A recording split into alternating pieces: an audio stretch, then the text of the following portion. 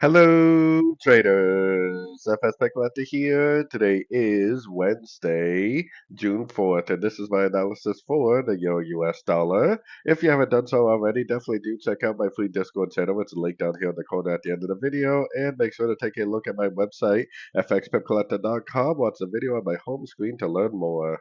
So anyways, the euro dollar definitely did push down. This is the daily time frame, but we definitely don't have an engulfing move to the downside.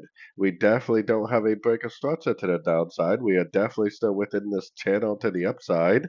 I really don't see any reason whatsoever to think that maybe this might just keep on going up. Now, don't get me wrong, I do think there is a chance this could be a wave A and this could be a wave B, and if that is true, then the market will prove it to be true by giving me an engulfing move to the downside, then I'll be more than happy to start looking for shorts for the wave C. But until we get that engulfing down, that breakdown, I mean, I really can't justify looking for shorts, especially when we are in such a strong uptrend, even on the weekly and the monthly time frame.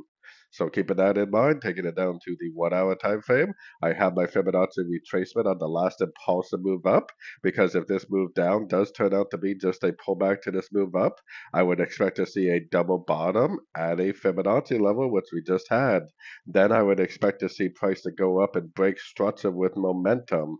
We have to see a momentum break of structure to believe that it really is heading back up big time.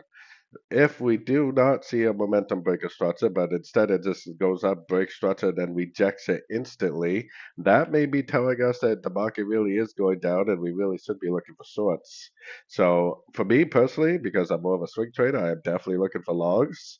And if we get a nice break and hold above structure, that's going to be a sign for me to continue to look for longs and continue to hold on to my long positions, potentially for the continuation of the higher time frame uptrend.